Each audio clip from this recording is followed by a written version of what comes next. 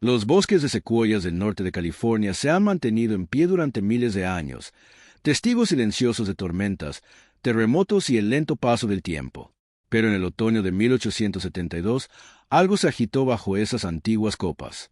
Un equipo de leñadores que trabajaba cerca del condado de Humboldt oyó sonidos que no deberían existir. Un gemido tan profundo que vibró a través del suelo, una pisada que agrietó la piedra. Cuando se giraron, con las hachas aún en la mano, lo vieron. Una figura de 12 pies de altura, envuelta en musgo y corteza, su cuerpo fusionado con el bosque mismo. Las herramientas rebotaban en su piel como leña. Los hombres corrieron. Cuando regresaron días después, todos los árboles que habían marcado para talar habían sido arrancados de la tierra, con raíces y todo.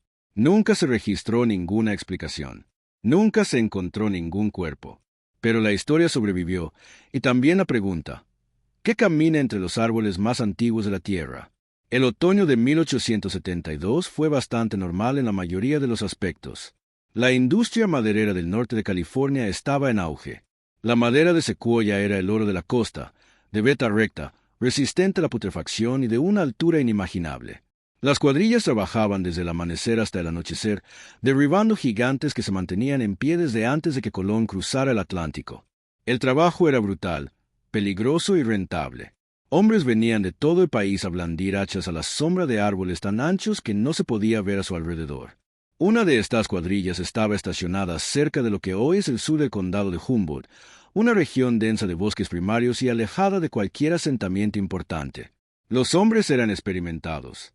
Conocían los sonidos del bosque, el crujido de la madera al partirse, el silbido del viento entre las agujas, los lejanos cantos de los alces. Pero en una fría mañana de octubre, oyeron algo más. Comenzó como una vibración leve. Algunos hombres pensaron que era un terremoto. California no era ajena a los temblores, y el suelo bajo la secuoya siempre se movía, siempre se asentaba. Pero este sonido no se desvaneció. Creció. Un gemido profundo y resonante que parecía provenir de todas partes y de ninguna a la vez. Los hombres dejaron de trabajar. Bajaron las hachas. Las conversaciones se apagaron. Luego vinieron los pasos. Fuerte, deliberado, cada uno acompañado del crujido de ramas y la maleza. La tripulación se giró hacia el sonido, hacia el interior más oscuro del bosque, donde apenas llegaba la luz del sol. Y fue entonces cuando lo vieron. Una figura emergió de entre los árboles, enorme, erguida e increíblemente alta.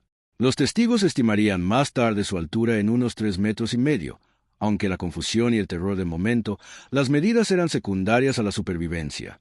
La criatura, si es que eso era, se movía con una gracia extraña y torpe. Su cuerpo estaba cubierto de lo que parecía musgo, líquenes y tiras de corteza, como si el bosque mismo hubiera cobrado forma y empezado a caminar. Su rostro, si es que lo tenía, estaba oscurecido. Algunos hombres afirmaban haber visto ojos hundidos, que brillaban tenuemente con una luz verdosa. Otros juraban que no tenía rostro, solo una masa de vegetación enmarañada donde deberían haber estado los rasgos. Sus brazos eran largos y terminaban en lo que parecían raíces nudosas o dedos gruesos y retorcidos. Cuando entró en el claro, el suelo tembló. Uno de los leñadores, Samuel Brille, le contó más tarde a un periodista en Eureka que sintió que le temblaban las piernas. No era solo el tamaño, dijo Brille, era la forma en que nos miraba, como si fuéramos los intrusos, como si hubiéramos despertado algo que llevaba 1000 años dormido. Otro leñador, Thomas Mallory, se mostró menos filosófico. Levantó su hacha, no en señal de desafío, sino de defensa. La hoja reflejó la luz de la mañana al blandirla hacia la figura. El hacha golpeó el torso de la criatura con un golpe sordo, y luego rebotó. Mallory se tambaleó hacia atrás, mirando fijamente su hacha. La hoja estaba intacta, pero no había dejado ninguna marca en la criatura. El cuerpo cubierto de musgo no se había inmutado, no había sangrado, no había reaccionado en absoluto. Era como si Mallory hubiera golpeado roble macizo. Fue entonces cuando comenzó el pánico. Los hombres no lo discutieron, no debatieron, corrieron. Algunos dejaron caer sus herramientas. Otros agarraron lo que pudieron y corrieron hacia el campamento, hacia las carretas, hacia cualquier cosa que representara civilización y seguridad. El bosque se tragó sus gritos. La criatura, si es que lo siguió, no intentó perseguirlos. Simplemente se quedó allí, observando, mientras la tripulación se dispersaba como hojas en una tormenta. No pararon de correr hasta llegar a la carretera principal, a casi 5 kilómetros del claro. Sin aliento y con el corazón latiendo con fuerza, se desplomaron en el suelo intentando comprender lo que acababa de ocurrir. Algunos querían regresar de inmediato, recuperar sus herramientas, demostrar que no eran cobardes. Otros se negaron. «Si regresas ahí, estás muerto», dijo un leñador. «Esa cosa no es natural. Es el bosque mismo, y no nos quiere allí». Pasaron la noche en un asentamiento cercano, bebiendo whisky y discutiendo sobre lo que habían visto. Al amanecer, la vergüenza y la curiosidad habían superado al miedo. Necesitaban sus herramientas. Necesitaban saber si lo que habían visto era real o una especie de alucinación compartida provocada por el agotamiento y el aislamiento. Así que regresaron. El claro estaba irreconocible. Todos los árboles que habían marcado para talar, más de 20 imponentes secuoyas, habían sido arrancados. No cortados, sino arrancados. Los enormes troncos yacían esparcidos por el suelo del bosque como cerillas desechadas, con sus raíces expuestas al cielo. El suelo estaba desgarrado, profundos surcos hallados en la tierra como si algo inimaginablemente fuerte los hubiera agarrado y arrancado. Sus herramientas habían desaparecido. Hachas, sierras, cuñas, todo había desaparecido. Y en el centro del claro, profundamente incrustada en la tierra, había una sola huella. Era enorme, de unos 60 centímetros de largo, con profundas marcas donde los dedos, o las raíces, se habían clavado en la tierra. Nadie habló. Reunieron lo poco que quedaba de su campamento y se marcharon. Ninguno regresó jamás a esa zona del bosque, y ninguno habló públicamente de lo que habían visto, hasta años después, cuando la edad y la distancia hicieron que el recuerdo se sintiera menos peligroso. Pero la historia no murió. Se extendió por los campamentos madereros, se rumoreó alrededor de las fogatas y pasó de cuadrilla en cuadrilla. Algunos la llamaron un engaño, otros una advertencia, y unos pocos, quienes habían trabajado en las zonas más antiguas y oscuras de los bosques de secuoyas, la consideraron inevitable, porque en esos bosques, donde los árboles viven 2000 años y el suelo está repleto de raíces gigantes, hay cosas más antiguas que la memoria. Algunas ya existían antes de que el primer humano pisara el continente. Y hay cosas que no toleran ser perturbadas. Los hombres que huyeron de ese claro en 1872 nunca olvidaron lo que vieron, pero tampoco lo entendieron. Y quizás ese era el punto. Para comprender lo que ocurrió en 1872, primero hay que comprender dónde ocurrió. Las secuoyas costeras del norte de California no son simples árboles. Son monumentos al tiempo mismo, reliquias vivientes de una época en la que el clima era más cálido, más húmedo y más propicio para los gigantes. Algunos de los árboles que se mantienen en pie eran retoños cuando cayó el Imperio Romano. Otros ya eran antiguos cuando los primeros humanos cruzaron el puente terrestre de Bering hacia Norteamérica. El nombre científico de la secuoya costera es Sequoia sempervirens, secoya perenne. El nombre es acertado. Estos árboles pueden vivir más de 2000 años, alcanzar alturas superiores a los 106 metros y desarrollar troncos tan anchos que se han excavado túneles a través de ellos. Son los organismos vivos más altos de la Tierra, y su presencia influye en todo lo que los rodea. El bosque de secuoyas no es solo un conjunto de árboles. Es un ecosistema, un bioma, un mundo en sí mismo. El dosel es tan denso que la luz del sol apenas alcanza el suelo. Helechos, musgos y hongos prosperan en el crepúsculo perpetuo. El aire está cargado de humedad, proveniente de la niebla costera que llega desde el Océano Pacífico cada atardecer. El suelo es blando, cubierto de siglos de agujas caídas, corteza en descomposición y sistemas de raíces tan vastos que se interconectan como una red subterránea. Las tribus nativas que vivieron en estos bosques durante miles de años trataron las secuoyas con reverencia. Los pueblos Yurok, Toloba y Guidio creían que los árboles eran sagrados, habitados por espíritus o seres que precedieron a la humanidad. Historias se transmitieron de generación en generación.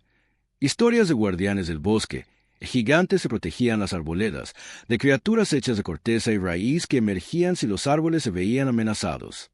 Estos no se consideraban mitos, eran advertencias.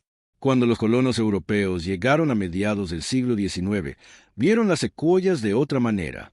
Vieron madera, vieron ganancias, vieron un suministro inagotable de madera que podría construir ciudades, abastecer industrias y amasar fortunas. La tala comenzó con fuerza en la década de 1850 y para 1872 vastas franjas del bosque de secuoyas habían sido taladas. Arboledas enteras que habían perdurado durante milenios quedaron reducidas a tocones en cuestión de años.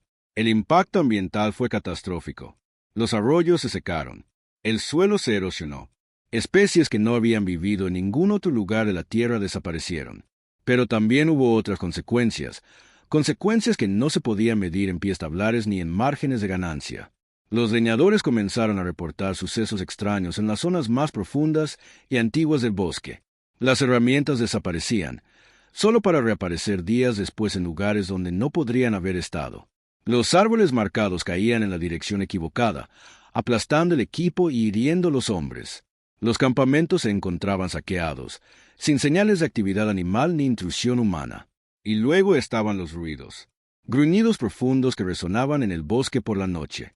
Pasos que seguían a las cuadrillas, pero nunca revelaban su origen.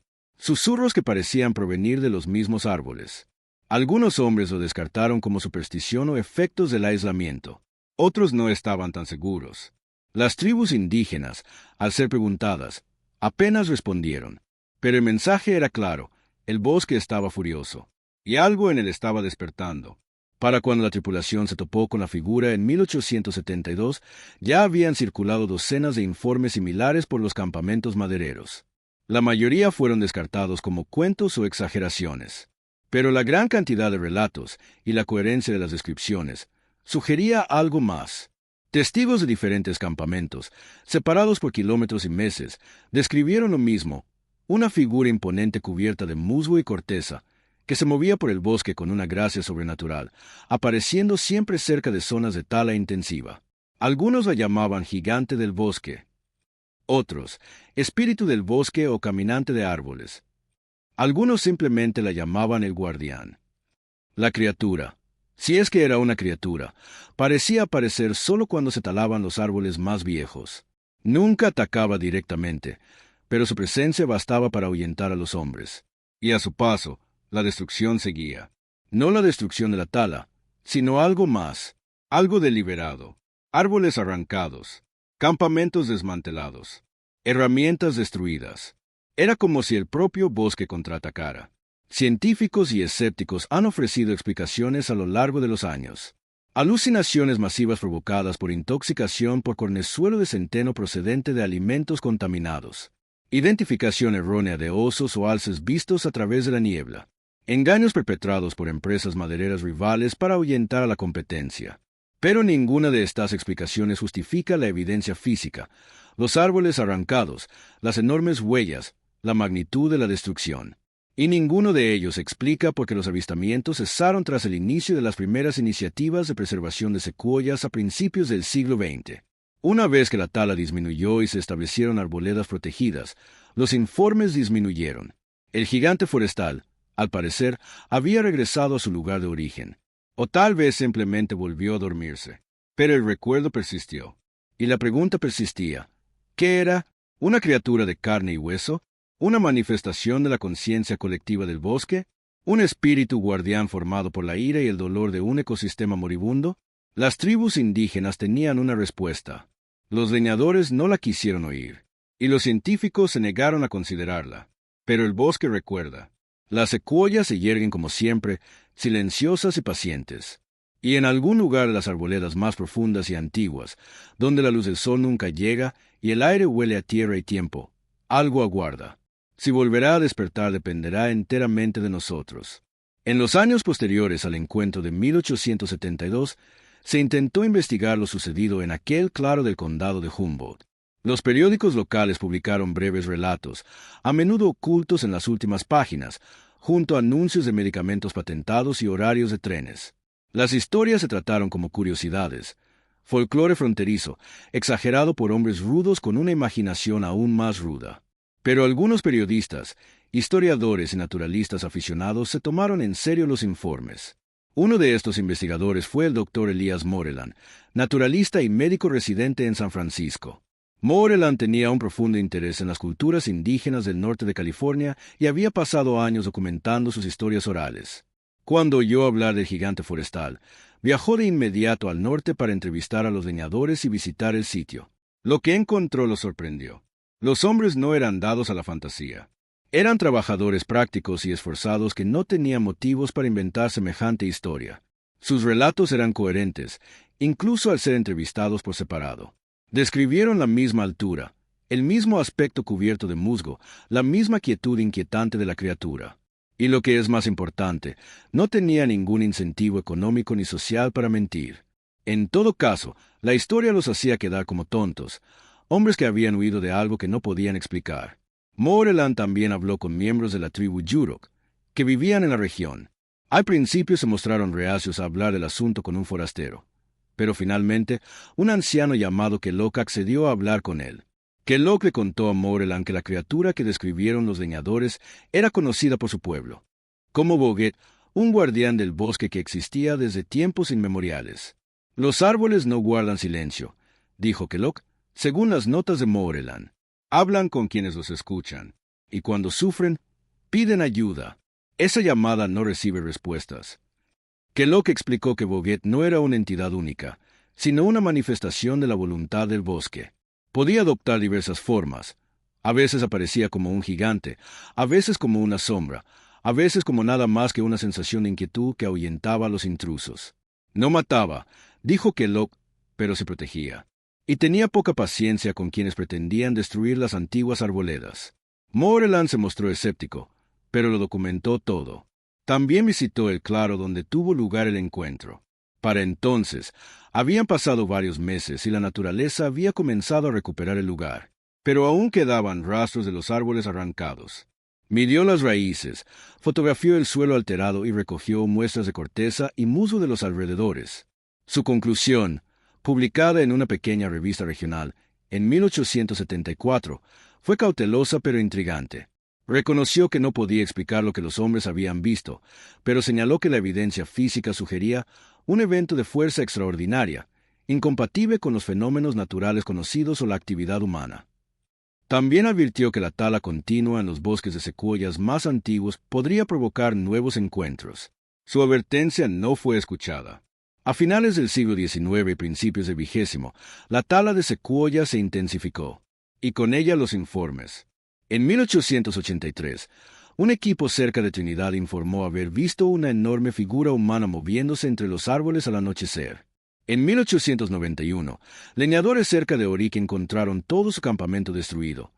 Tiendas de campaña destrozadas, carros volcados y herramientas esparcidas en un radio de 800 metros. No se encontraron huellas humanas, pero las profundas impresiones en el suelo sugerían que algo muy grande y pesado había pasado. En 1903, el fotógrafo Arthur Beatley afirmó haber capturado una imagen de la criatura mientras documentaba las operaciones de tala para una revista de San Francisco.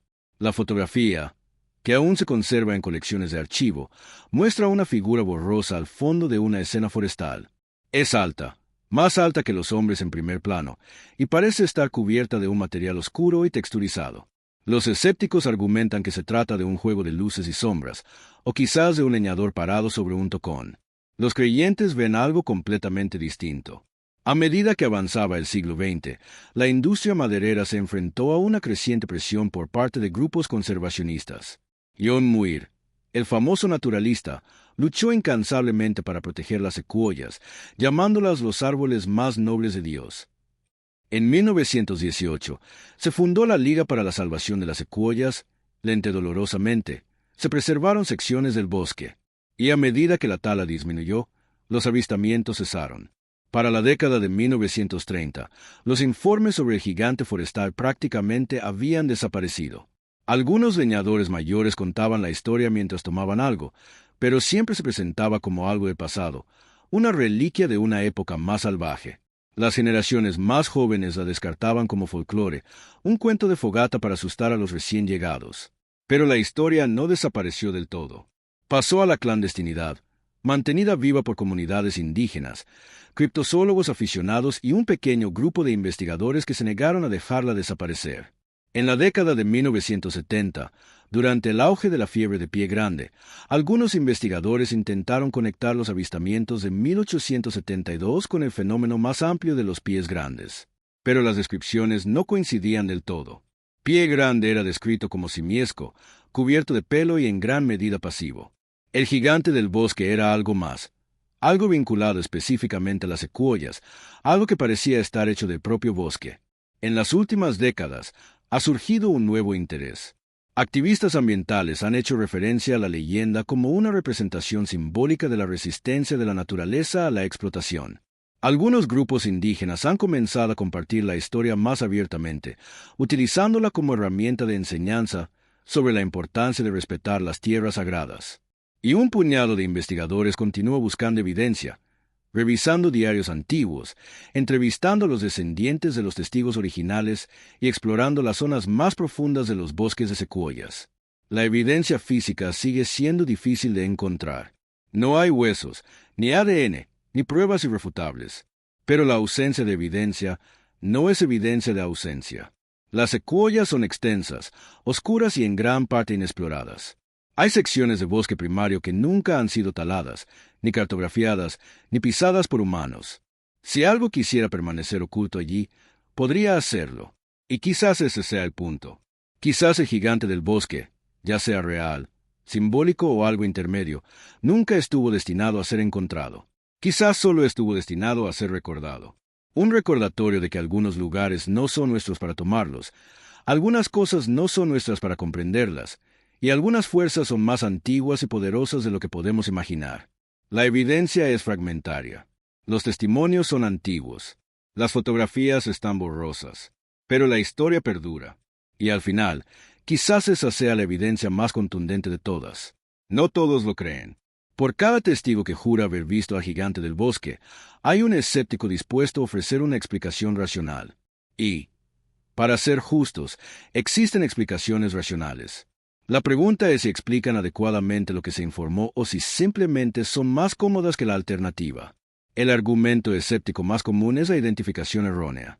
El norte de California es el hogar de osos negros, que pueden pararse sobre sus patas traseras y alcanzar alturas impresionantes. Con poca luz, a través de la niebla o la vegetación densa, un oso podría parecer más grande y humanoide de lo que realmente es.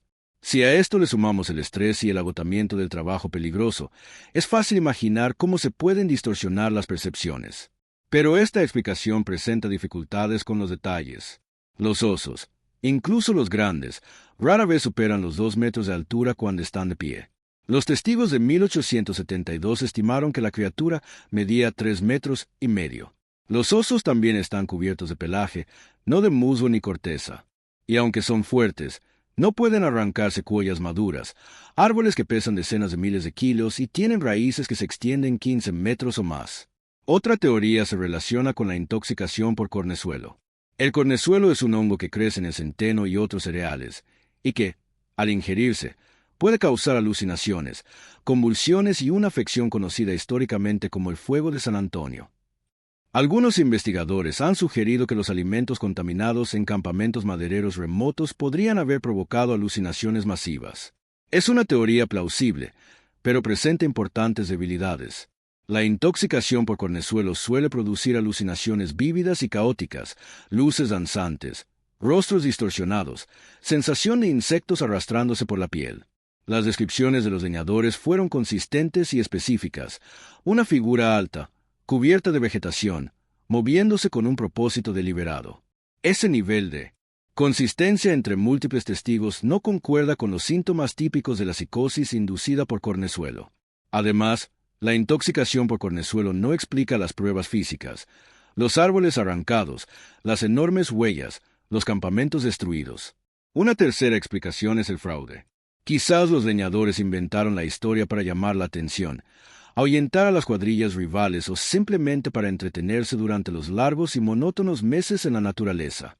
Esta teoría es atractiva por su simplicidad, pero se tambalea al ser analizada con detenimiento. Los hombres involucrados no ganaron nada con la historia. En todo caso, se arriesgaron al ridículo. Y falsificar las pruebas físicas, en particular los árboles arrancados, habría requerido un esfuerzo extraordinario, sin un motivo ni beneficio claros. Algunos escépticos señalan la influencia de las leyendas indígenas. Los Yurok y otras tribus habían hablado durante mucho tiempo de guardianes del bosque y espíritus de los árboles. Quizás los leñadores, al escuchar estas historias de segunda mano, las proyectaron en experiencias ambiguas, confundiendo fenómenos naturales con seres sobrenaturales. Esta teoría de la contaminación cultural tiene fundamento, pero asume que los leñadores estaban familiarizados con las creencias indígenas, algo que muchos desconocían. Los campamentos solían estar aislados y la comunicación con las tribus locales era limitada. Las historias, cuando circulaban, solían ser descartadas por los colonos como superstición indígena. También existe la teoría del engaño, pero de un tipo diferente. Algunos historiadores han sugerido que compañías madereras rivales podrían haber orquestado encuentros para expulsar a sus competidores de territorios valiosos. Un hombre disfrazado, una ingeniosa puesta en escena y algunas historias improvisadas podrían generar suficiente miedo como para desalojar una región. Pero esta teoría requiere un nivel de coordinación y compromiso que parece improbable. El encuentro de 1872 involucró evidencia física contundente, árboles arrancados, huellas profundas, que habría sido casi imposible de falsificar con la tecnología del siglo XIX. Luego están las explicaciones psicológicas. La pareidolia, la tendencia a ver patrones en estímulos aleatorios, podría explicar por qué un grupo de árboles cubiertos de musgo o un árbol muerto en pie podrían percibirse como una figura humanoide. Si a esto le sumamos el sesgo de confirmación, la tendencia a interpretar pruebas ambiguas como respaldo de creencias preexistentes, tenemos la receta perfecta para la construcción de leyendas. Pero, de nuevo, esto no explica la insistencia de los testigos en que la figura se movió, que entró en el claro, que unas herramientas la golpearon y rebotaron.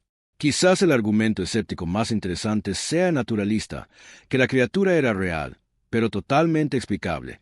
Algunos investigadores han propuesto que los leñadores se encontraron con una especie desconocida de primate, un simio norteamericano que hasta ahora ha evadido la detección científica.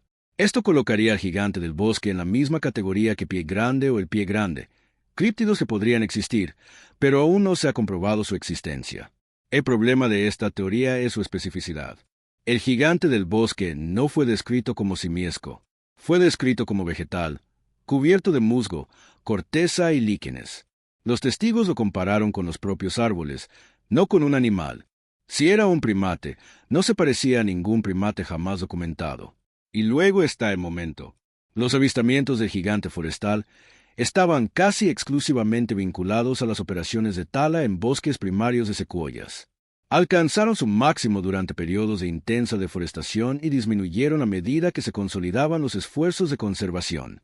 Si la criatura fuera simplemente un animal desconocido, no habría razón para que sus apariciones se correlacionaran tan estrechamente con la actividad humana. A menos, claro, que estuviera respondiendo a dicha actividad, protegiendo su territorio, defendiendo su hogar, lo cual nos lleva de vuelta a la explicación más antigua de todas, la ofrecida por los pueblos indígenas que vivían en las secuoyas mucho antes de la llegada de los leñadores. La criatura no era un animal, no era una alucinación. No era un engaño, era algo más, un guardián, un espíritu, una manifestación de la voluntad del bosque, una fuerza que podía tomar forma física cuando los árboles se veían amenazados. Los escépticos descartan esto como superstición. Pero, ¿y si no lo fuera? ¿Y si la frontera entre lo natural y lo sobrenatural fuera menos rígida de lo que suponemos? ¿Y si la conciencia, la percepción, la intencionalidad existiera en formas que aún no comprendemos? La ciencia moderna comienza a reconocer que los árboles se comunican, envían señales químicas por el aire para advertir de ataques de insectos, comparten nutrientes a través de redes fúngicas subterráneas. Algunos investigadores argumentan que los bosques funcionan como superorganismos, donde cada árbol actúa como una célula de un todo mayor e interconectado. De ser cierto, es descabellado imaginar que un bosque, en particular uno tan antiguo y extenso como las secuoyas, pueda desarrollar algo parecido a una voluntad colectiva, y, si se ve amenazado, podría manifestarse de maneras que trasciendan nuestra comprensión actual de la biología. Los escépticos tienen razón al exigir evidencia.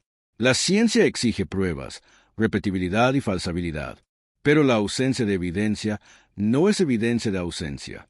Y a veces, la respuesta más racional a un misterio no es descartarlo, sino admitir que no tenemos todas las respuestas. El gigante del bosque puede ser un mito, o puede ser un recuerdo, pero, en cualquier caso, cumple una función. Nos recuerda que no somos la única fuerza en el mundo, que hay lugares más antiguos, más sabios y más poderosos que nosotros, y que algunas cosas, ya sean bípedas o que crezcan de la tierra, no serán conquistadas. Si el encuentro de 1872 fue el comienzo, los acontecimientos de principios del siglo XX marcaron el punto de inflexión, el momento en que la leyenda del gigante forestal pasó de ser un incidente aislado a un reconocimiento cultural. A principios de siglo, la industria maderera de secuoyas había alcanzado escala industrial. Lo que antes se hacía con hachas y sierras de mano ahora se lograba con equipos de vapor, ferrocarriles y cuadrillas enormes capaces de talar arboledas enteras en cuestión de semanas. El ritmo de la destrucción fue asombroso. Cientos de miles de hectáreas de bosque primario fueron taladas. Árboles que habían permanecido en pie durante 2000 años quedaron reducidos a madera en cuestión de horas. El auge económico fue innegable, pero también lo fue colapso ecológico. Los ríos se llenaron de sedimentos. Los deslizamientos de tierra arrasaron las laderas. Especies que no existían en ningún otro lugar de la Tierra desaparecieron. Y las historias volvieron. Entre 1900 y 1920, surgieron numerosos informes de encuentros extraños en las secuoyas. Algunos eran inquietantemente similares al incidente de 1872. Otros eran diferentes, más violentos, más agresivos, como si lo que habitaba el bosque se hubiera cansado de las advertencias y ahora contraatacara. En 1907, un campamento maderero cerca de Crescent City fue encontrado abandonado. El equipo había desaparecido de la noche a la mañana, dejando atrás sus herramientas, sus suministros y una escena de caos. Las tiendas estaban destrozadas, los carros, volcados. Un árbol enorme había sido arrastrado al centro del campamento y colocado en posición vertical, como si lo hubieran replantado. No se encontraron cuerpos. No se ofreció ninguna explicación. La empresa propietaria del campamento lo descartó como un conflicto laboral y nunca regresó al lugar. En 1912, un capataz llamado Henry Calvert informó que su cuadrilla se negaba a trabajar en una zona de bosque cerca de Prairie Creek. Afirmaban que los vigilaban. Las herramientas desaparecían para reaparecer en lugares imposibles, encajadas en las ramas altas de los árboles, enterradas en el suelo flotando en arroyos cercanos. Por la noche, oían pasos que rodeaban el campamento.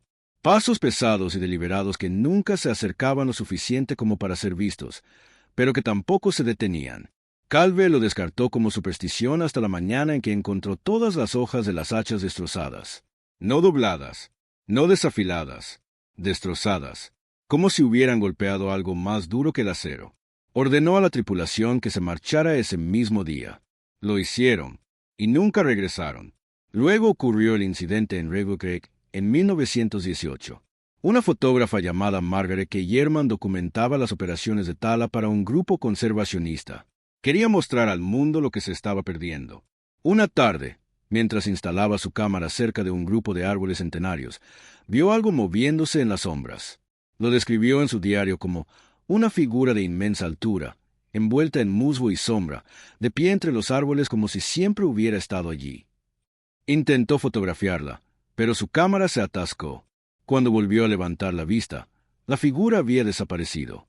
Esa noche, los árboles que había estado fotografiando, árboles que estaban previstos para ser talados la semana siguiente, fueron encontrados desarraigados. No talados, desarraigados. La empresa maderera abandonó el lugar, alegando terreno inestable. La entrada del diario de Kellerman, publicada posteriormente en una colección de escritos conservacionistas, incluía una frase conmovedora. No sé qué vi, pero sé esto, el bosque no está indefenso. Tiene voz, y tiene dientes. Estas historias, y docenas más similares, comenzaron a circular más allá de los campamentos madereros. Los periódicos las recogieron. Los conservacionistas las usaron como argumento en sus campañas para proteger las secuoyas. Y poco a poco, la narrativa comenzó a cambiar. El gigante forestal ya no era solo una curiosidad. Se estaba convirtiendo en un símbolo, una representación de la resistencia de la naturaleza a la explotación humana. John Muir, en una carta a un colega conservacionista en 1916, escribió: «He escuchado las historias del guardián del bosque de hombres que no creen en fantasmas. Creen en lo que vieron. Y no importa si era una criatura de carne y hueso o un espíritu de los árboles. Lo que importa es que el bosque habla. Y debemos escuchar». El punto de inflexión llegó en 1920, con el establecimiento de los primeros parques estatales de secuoyas de California. Por primera vez, porciones significativas del bosque primario fueron protegidas legalmente. La tala en esas áreas cesó. La destrucción disminuyó, y casi de inmediato los avistamientos cesaron. Era como si el bosque hubiera sido escuchado, como si el guardián, tras haber cumplido su propósito, hubiera regresado a su lugar de origen, o tal vez simplemente se hubiera vuelto inactivo, a la espera de ver si la humanidad cumplía su promesa. La correlación no pasó desapercibida para quienes habían estado prestando atención. Las comunidades indígenas, que nunca habían dudado de la existencia de Boguet, la vieron como una validación. El bosque se había protegido a sí mismo. El guardián había cumplido su función. Y ahora, con los bosques protegidos, podía descansar. Pero no todos creían que la lucha había terminado. Algunos argumentaban que el gigante del bosque seguía allí, observando, esperando, que regresaría si la protección fallaba, que no era una criatura que se pudiera derrotar ni desestimar, sino una fuerza que debía respetarse. En las décadas siguientes, la leyenda se convirtió en parte del tejido cultural del norte de California. Apareció en historias locales, folletos turísticos y en la tradición oral de familias que habían vivido en la región durante generaciones. A los niños se les contaba la historia como advertencia: respeta el bosque o te enfrentarás al guardián. Y el bosque en sí resistió. Las arboledas protegidas se fortalecieron. Nuevos árboles brotaron en los claros. Las cicatrices de la tala comenzaron a sanar, aunque nunca desaparecerían del todo. Las secuoyas, siempre vivas, se erguían como siempre, pacientes, silenciosas e imposibles de olvidar. Pero en lo profundo de las arboledas más antiguas, donde el dosel oculta el cielo y el aire huele a tierra antigua, algo persiste. No es exactamente una presencia, más bien un recuerdo, una sensación de que no estás solo, de que los árboles te observan, de que si escuchas con atención, puedes oírlos respirar. Y si eres lo suficientemente tonto como para levantar un hacha, es posible que los oigas responder. Almohadilla, asterisco parte 6. Interpretación. Lo que realmente quiere decir el gigante. El gigante forestal de 1872 representa muchas cosas para mucha gente. Para los criptozoólogos, es una especie aún no descubierta. Para las comunidades indígenas, es un espíritu guardián. Para los ambientalistas, es un símbolo de resistencia. Para los escépticos, es un mito. Pero quizás la pregunta más interesante no sea qué fue, sino qué significa. Las leyendas no sobreviven más de un siglo sin una razón. Perduran porque cumplen una función, cultural, psicológica o espiritual. La historia del gigante del bosque perdura porque habla de algo fundamental en la experiencia humana: la tensión entre explotación y preservación, entre progreso y respeto, entre dominio y coexistencia. A finales del siglo XIX, Estados Unidos se encontraba en plena era del destino manifiesto. La creencia de que la expansión hacia el oeste y la extracción de recursos no solo estaban justificadas, sino que eran un mandato divino. La tierra estaba allí para ser conquistada, sus recursos explotados, su naturaleza salvaje domesticada. Los bosques de secuoyas, antiguos y extensos, se consideraban obstáculos para el progreso. Fueron talados sin pensar en las consecuencias. Pero el gigante forestal desafió esa narrativa. Sugirió que la tierra no era pasiva, ni indefensa, ni dispuesta a ser tomada sin resistencia. Sugirió que existían fuerzas en el mundo más antiguas y poderosas que la ambición humana. Y obligó a quienes se toparon con él a considerar una posibilidad inquietante: que no eran los dueños de la naturaleza, sino intrusos en un reino que no les pertenecía. Por eso la historia tuvo tanta repercusión en los pueblos indígenas. Para ellos, el gigante no era un monstruo ni un misterio. Era la confirmación de lo que siempre habían sabido: que la tierra está viva, tiene autonomía y se defenderá ante cualquier amenaza. El concepto Yurok de Boguet no se centraba en una sola criatura, sino en la interconexión de todos los seres vivos, la idea de que el bosque, los árboles, el suelo, el agua y el aire forman una conciencia colectiva que responde al daño. Curiosamente, la ciencia moderna está empezando a adaptarse a esta visión del mundo. Las investigaciones sobre la comunicación vegetal, las redes miceliales y la ecología forestal han revelado que los árboles están mucho más conectados y son más conscientes de lo que se creía. Envían señales químicas para advertir del peligro. Comparten nutrientes con sus vecinos en dificultades. Incluso reconocen a sus propios descendientes y les proporcionan recursos adicionales. Resulta que el bosque es menos un conjunto de organismos individuales y más un único y vasto superorganismo. Si eso es cierto, si los bosques pueden percibir, responder y adaptarse, ¿Es tan descabellado imaginar que también podrían defenderse? Quizás no mediante pensamiento consciente, sino mediante un comportamiento emergente derivado de las interacciones colectivas de millones de entidades vivas. El gigante forestal, según esta interpretación, no sería una criatura, sino un fenómeno, una manifestación física de la respuesta inmunitaria del bosque ante una amenaza percibida. Esto es especulativo, por supuesto, pero no es más especulativo que descartar todo el fenómeno como una alucinación masiva o un fraude. Y ofrece un marco para comprender por qué los avistamientos estaban tan estrechamente vinculados a la actividad maderera, porque cesaron cuando se estableció la protección y porque las descripciones fueron tan consistentes a lo largo del tiempo y la geografía. También hay una dimensión psicológica que considerar. La mente humana está programada para antropomorfizar, para proyectar características humanas en entidades no humanas. Ante el abrumador poder y misterio del mundo natural, es natural imaginar que ese poder adquiere forma humana o humanoide. El gigante forestal, en este sentido, es una proyección, una externalización de la culpa, el miedo y la admiración de la humanidad ante la destrucción ecológica.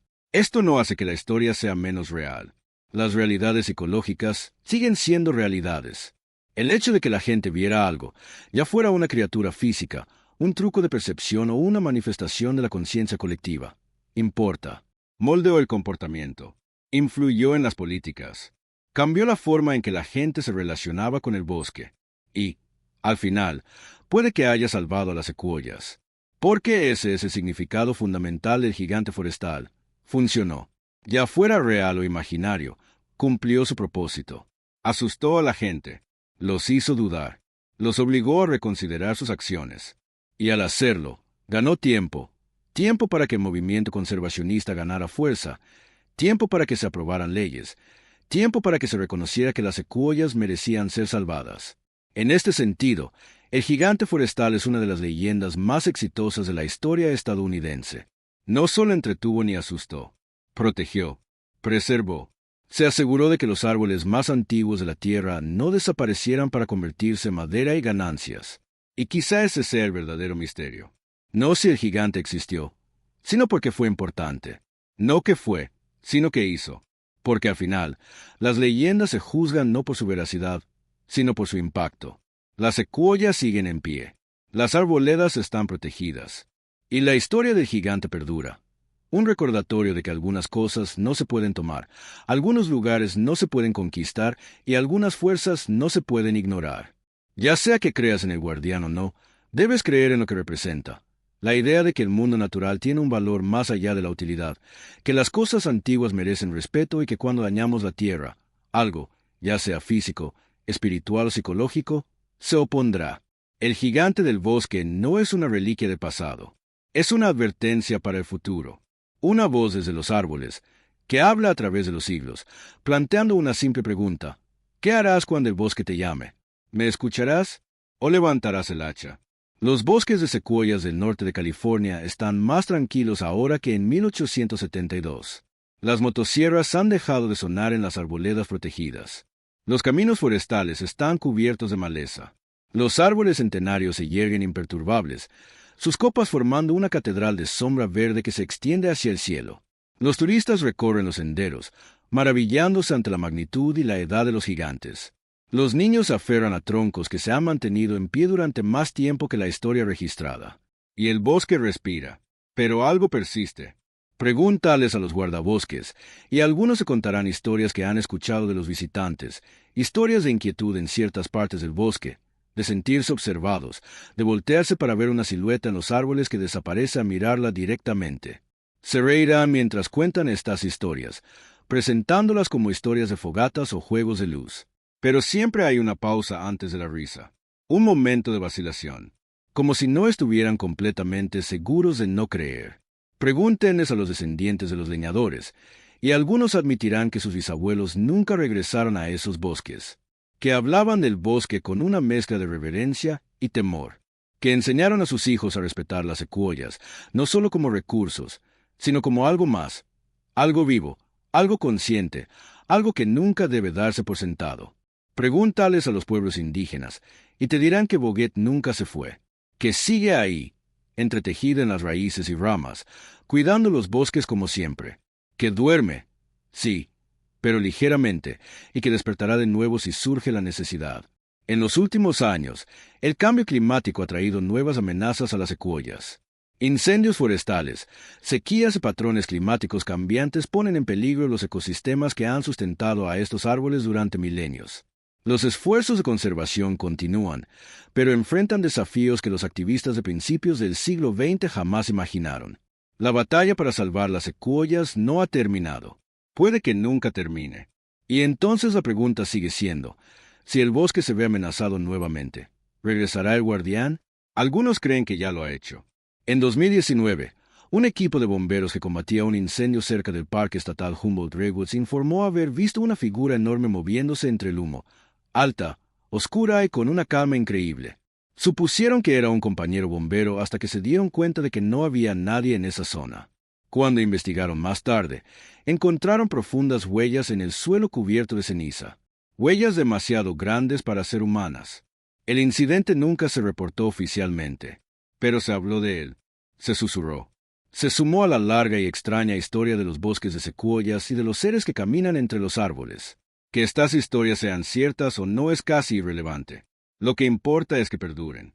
Que cada generación redescubra la leyenda, la reinterprete y la transmita. El gigante del bosque se ha convertido en parte del bosque mismo, un mito viviente, arraigado en la historia y regado por siglos de asombro, miedo y respeto. Y quizás así debería ser.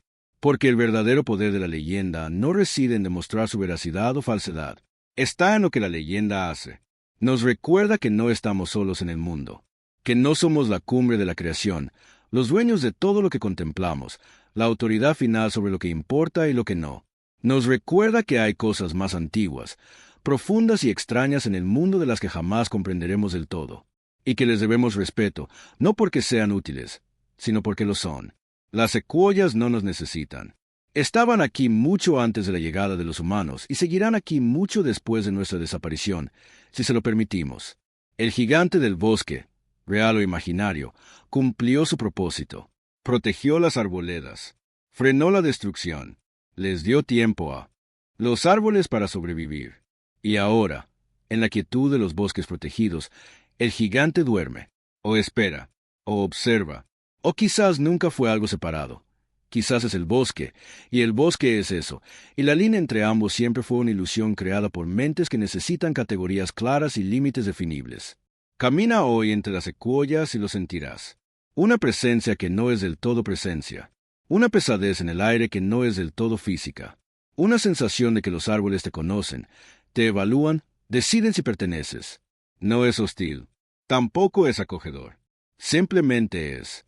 Y si te detienes, si te quedas quieto y escuchas, quizá oigas algo. No son palabras, exactamente. No es una voz, sino un ritmo, un pulso, la respiración lenta y profunda de algo vasto y antiguo.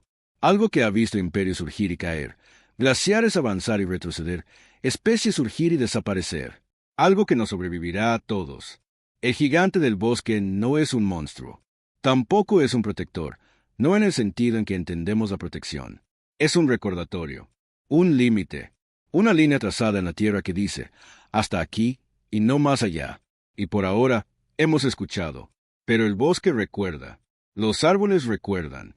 Y si olvidamos, si volvemos a alzar el hacha, si vemos las antiguas arboledas como nada más que ganancias esperando ser cosechadas, entonces quizás el gigante se alce de nuevo.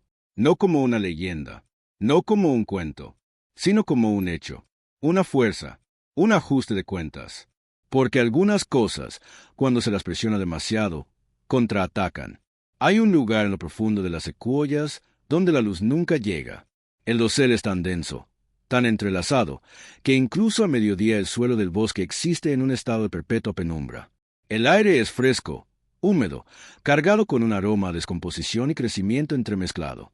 El musgo lo cubre todo, rocas, troncos caídos, el suelo mismo. Es un lugar donde el tiempo transcurre de forma diferente, donde pasan siglos y nada cambia.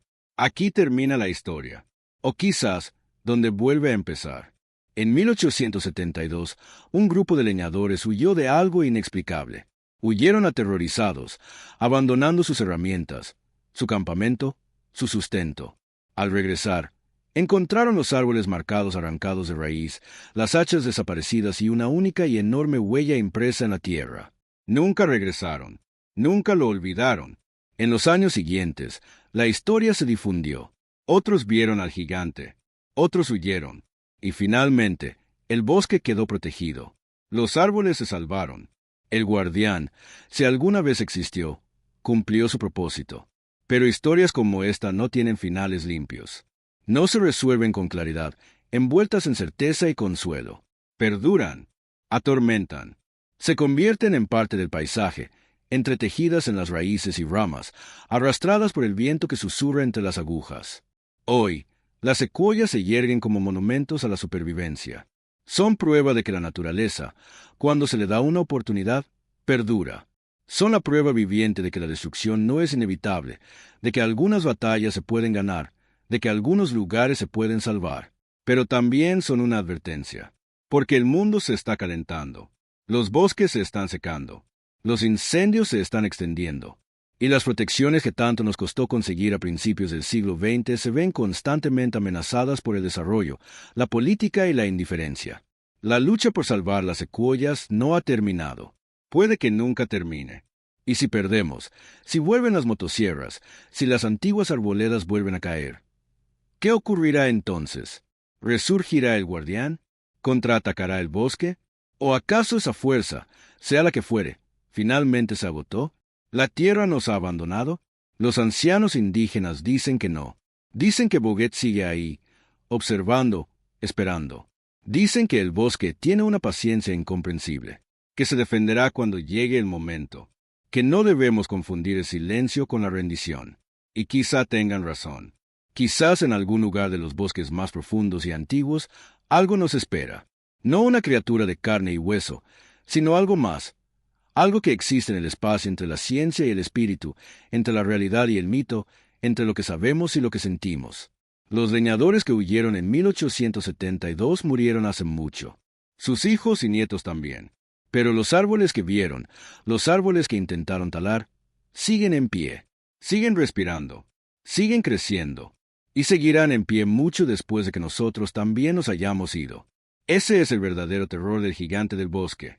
No es que exista, sino que no necesita existir, porque las secuoyas mismas son las guardianas.